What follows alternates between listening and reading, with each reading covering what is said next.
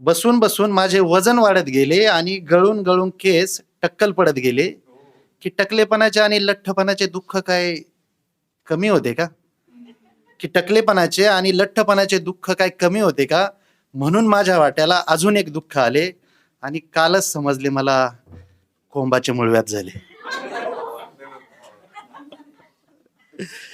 की की हा कोंब तसा आकाराला छोटा आहे.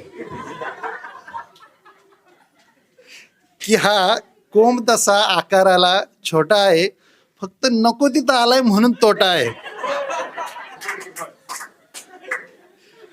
की हा कोंब तसा आकाराला छोटा आहे, फक्त नको तिथं आलाय म्हणून तोटा आहे. आणि कालपासून सारखा खोड्या काढत आहे. की कालपासून सारखा खोड्या काढत आहे, टोचून टोचून बुडाला गुदगुल्या करत आहे. आता कोंबाने जगणे माझे बेजार झाले. की कोंबाने जगणे माझे बेजार झाले. सुलभ शौचालयात शौच माझे दुर्लभ झाले. की कोंबाने जगणे माझे बेजार झाले, सुलभ शौचालयात शौच माझे दुर्लभ झाले. आता पोटात कळ आली तरी धडकीने छातीत कळ येते. की पोटात कळ आली तरी धडकीने छातीत कळ निघते. ती म्हण मला आज समजली की ज्याचे जळते त्याचीच का कळते.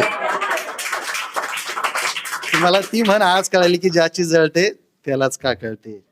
आता हसता येत नाही. की आता हसता येत नाही आणि रडताही येत नाही. आता हसता येत नाही आणि रडताही येत नाही. माझं दुःख इतकं गोपनीय आहे ना की ते दाखवता येत नाही. बाकीचे दुःख रात्रभर छळतात. ते म्हणतात की दुःख रात्री चरायला निघतं ना, तर मग बाकीचे दुःख रात्रभर छळतात, पण ह्या दुःखाच्या वेदना खऱ्या सकाळी कळतात. की बाकीचे दुःख रात्रभर छळतात आणि ह्या दुःखाच्या वेदना खऱ्या सकाळी कळतात. तिथं आपल्याला कोणी पाहत नसलं ना तरी कोंब पाहत असतो. की तिथं आपल्याला कोणी पाहत नसलं तरी कोंब पाहत असतो. आणि थेंब थेंब सांडणाऱ्या रक्ताचा फक्त तोच साक्षीदार असतो. आता मुळव्याध झालं ना की बदल होतात ना, खूप सारे बदल होतात. की मुळव्याध झालं की खाण्यापिण्यात बदल होतात. मुळव्याध झालं की खाण्यापिण्यात बदल होतात. चिकन मटन पासून 4 हात लांब होतात. मुळव्याध झालं की खाण्यापिण्यात बदल होतात. चिकन मटन पासून 4 हात लांब होतात. आणि बसण्या उठण्याच्या नजाकतीत थोडे बदल होतात. बसण्या उठण्याच्या नजाकतीत थोडे बदल होतात. पण सगळ्यात जास्त हाल मात्र बिचाऱ्या बुडाचेच होतात. आता कुणी म्हणतं गरम पाण्यात बूट टेकून बसा. उपचार खूप खूप सांगतात. की कुणी म्हणतं गरम पाण्यात बूट टेकून बसा, तर कुणी म्हणतं गरम दुधात तूप टाकून पीत बसा. कुणी म्हणतं चिकन मटन तिखट खाणं बंद करा. कुणी म्हणतं सहज होऊ द्या, जोर लावणं तेवढं बंद करा.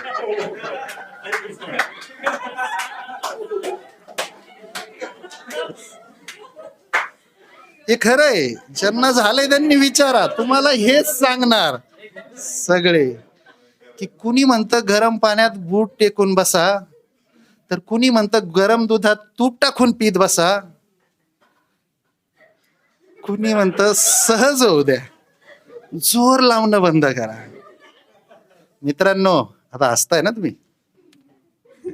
की मित्रांनो, आज तुम्हाला हसू येईल, माझं दुःख ऐकून मजा येईल. पण जेव्हा तुम्हाला उद्या मुळव्याध होईल आणि कोंब टोचेल ना, तेव्हा माझीच कविता आठवणीत येईल.